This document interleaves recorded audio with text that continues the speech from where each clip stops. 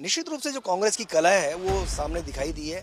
जो शैलजा कुमारी ने वहां पर किया वो दिखाई दिया है और ये जो कांग्रेस को कांग्रेस हराती है उसने एक बार फिर साबित किया है। जहां तक सवाल इस बात का है कि शैलजा कुमारी के उत्तराखंड आने से क्या होगा, उन्होंने जिस प्रकार करण मारा को ठिकाने लगाने का काम किया, मतलब लड़ाई आमने सामने करण मारा को भी लगने लगा कि इनकी एक तरफा नहीं सुनी जानी चाहिए।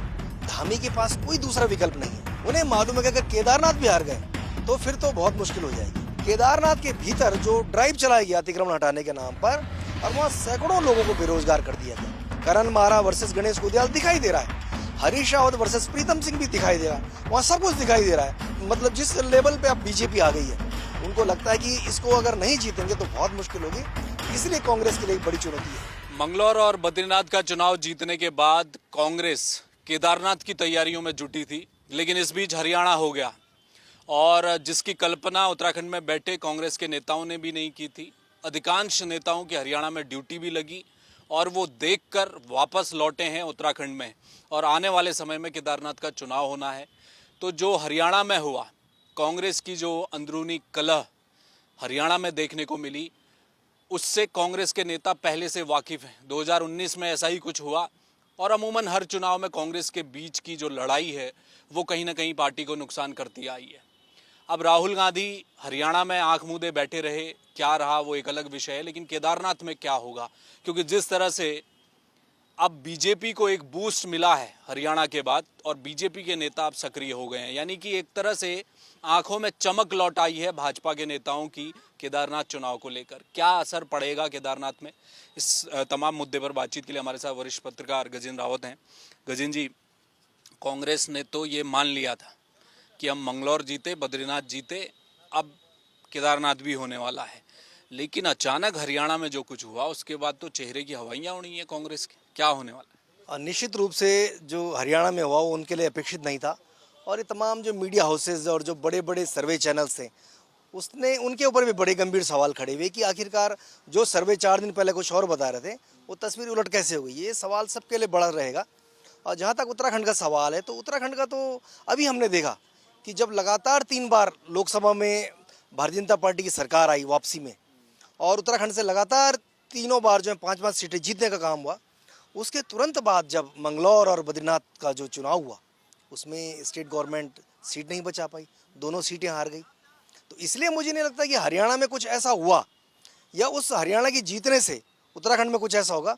ये इसलिए भी संभव नहीं है कि अगर ऐसा होता तो जिस उत्तराखंड में अभी आपने एक सांसद 1.5, 2, 3 लाख वोट से जीत रहे थे इसी प्रदेश के भीतर, और उसी में आप लगातार 2 जो है उपचुनाव हार गए। तो 2 उपचुनाव की जो हार है वो केदारनाथ को मामले में कुछ इनका बचाव कर पाएगी, ये कहना थोड़ी जल्दबाजी होगा। निश्चित रूप से जो कांग्रेस की कला है वो सामने दिखाई दी है। जो शैलजा कुमारी ने वहाँ पर किया वो दिखाई दिया है और पूरे देश में इतिहास है। अभी भी अगर आप सरकारों को उठाकर देख लें तो जितनी सरकारें हैं, जितने लोग हैं, उनमें से भी आपको दिखाई देगा कि जो 60 से 70% वो लोग हैं जो सरकारों में हैं, मंत्री हैं, विधायक हैं, सांसद हैं, मुख्यमंत्री हैं, वो सब कांग्रेस से निकल कर गए हैं। और ये जो कांग्रेस को कांग्रेस हराती है उसने एक बार फिर साबित किया है। शैलजा कुमारी तो उत्तराखंड से सीधा कनेक्शन भी है ना, प्रभारी हैं वो, अब आएंगी वो, केदारनाथ का चुनाव उनको निपटाना है और अध्यक्ष करण मेहरा के साथ उनकी कुछ अच्छी बन नहीं रही है। एक सूची थी उनकी, वो उन्होंने दरकिनार कर दी जो नियुक्तियां की गई थी संगठन में। तो ये जो लड़ाई है, अब शैलजा ने जो रूप दिखाया है हरियाणा में चुनाव के बाद, मैंने देखा कि कई चैनलों में जब वो बैठी तो खिलखिलाकर हंस रही थी, कह रही थी मैं तो चुनाव लड़ना चाहती थी, पार्टी ने लड़ाई नहीं। उन्होंने तो एक तरह से खूंटा गाड़ दिया जो हरियाणा में। तो वो जो एकदम से, क्या उत्तराखंड में पटरी खा पाएगी अध्यक्ष में, प्रभारी में, क्या ये असर तो देखने को नहीं मिलेगा?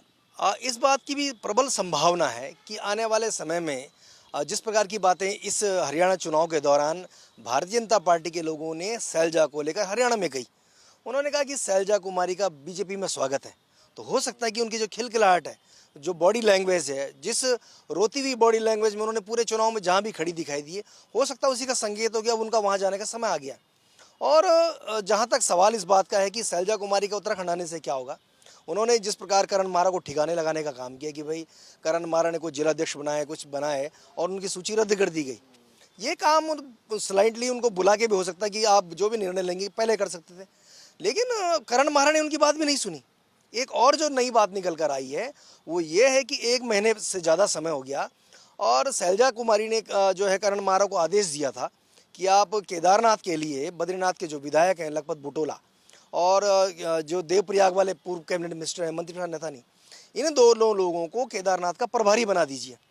1 महीने से ज़्यादा हो गया और करण मारा ने भी उनको ठिकाने लगा दे एक प्रकार से, मतलब लड़ाई आमने सामने करण मारा को भी लगने लगा कि इनकी एक तरफा नहीं सुनी जानी चाहिए। तो इसीलिए मुझे लगता है कि जो शैलजा सोच रही होगी वो अपने अनुसार काम कर लेगी, तो ऐसा शायद अब संभव नहीं है। और जिस प्रकार की उनकी नाराज़गी थी, जो उनकी बॉडी लैंग्वेज थी, और जिस प्रकार से शैलजा के कारण भी जो है हरियाणा चुनाव हारी है कांग्रेस पार्टी, तो मुझे नहीं लगता कि यहाँ बहुत ज़्यादा उनको कंसिडर किया जाएगा। आपने कहा कि केदारनाथ में बहुत ज़्यादा असर देखने को नहीं मिलेगा हरियाणा का, क्योंकि उपचुनाव लगातार दो सीटें तो आप हार ही गए हैं। वो पहली बार हुआ उत्तराखंड के इतिहास में और मुख्यमंत्री के लिए बहुत बड़ा डेंट था ये।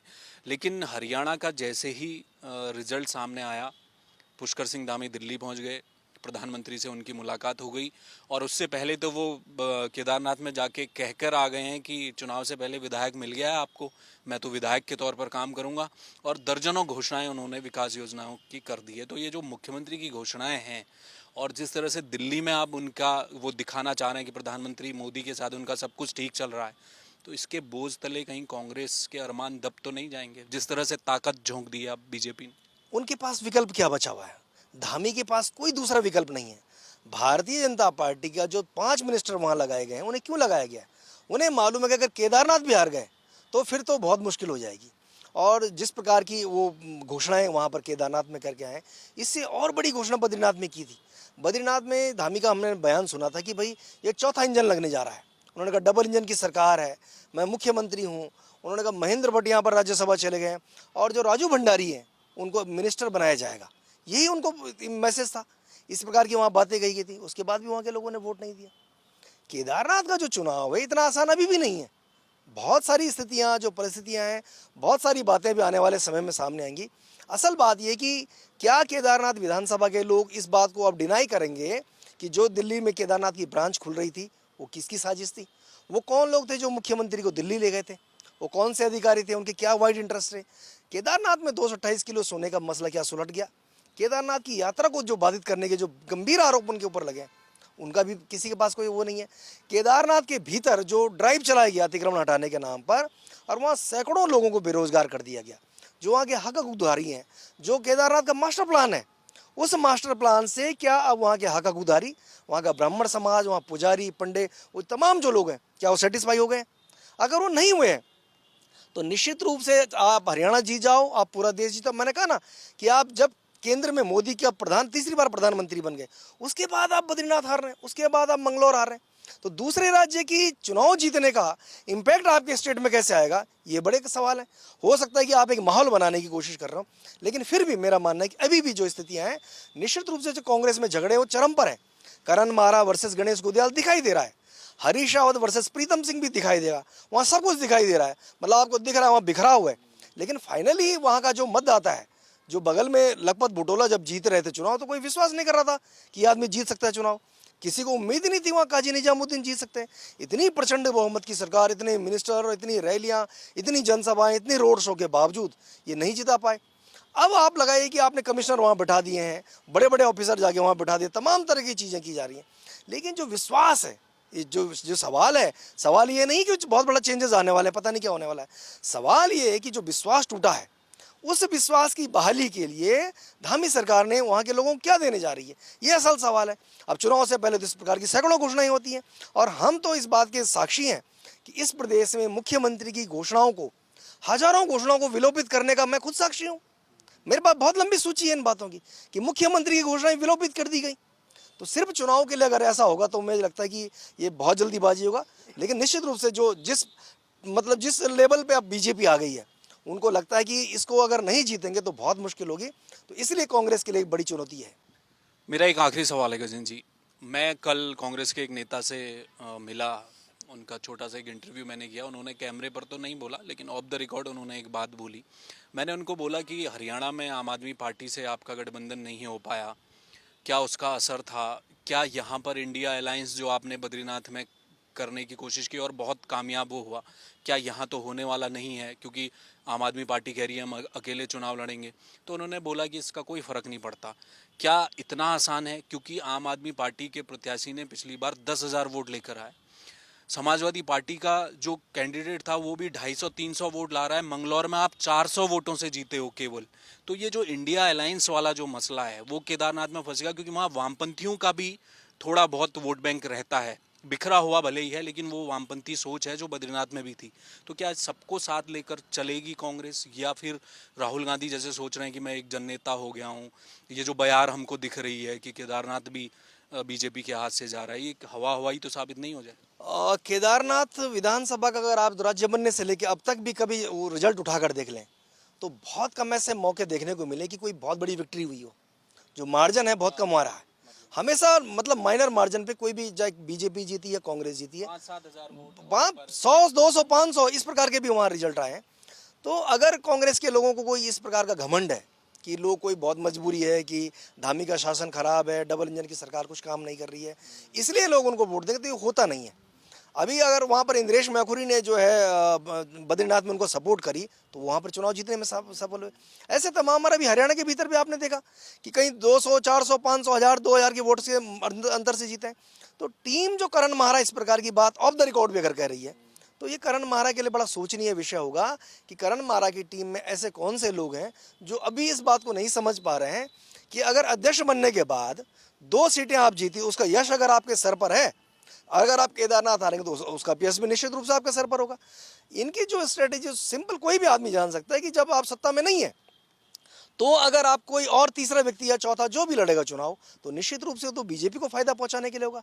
इसमें एक और बड़ी बात अभी ये निकल कर आने वाली है कि पिछले 2 चुनाव में जो व्यक्ति, कुलदीप रावत सबसे मजबूती से वहां चुनाव लड़े, कुलदीप रावत सबसे बड़ा फैक्टर वहां है। कुलदीप रावत क्या इंडिपेंडेंट लड़ेंगे? कुलदीप रावत भी टिकट दे देगी उनको? ये बहुत, मतलब अभी बहुत सारी बातें कि शैला रानी रावत की बेटी को क्यों नहीं देगी।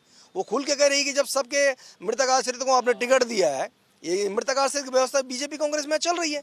वो खुल, उसने परसों कोश्यारी जी के मंच पे ये बात कही कि मुझे क्यों नहीं देगा, मैं भी इसमें दावेदार हूँ और ये मेरा हक बनता है। तो इसलिए आप बहुत हल्के में अगर चुनाव लड़ोगे या कोई भी चीज़ होंगी, उसके दुष्परिणाम 2027 तक जाएंगे।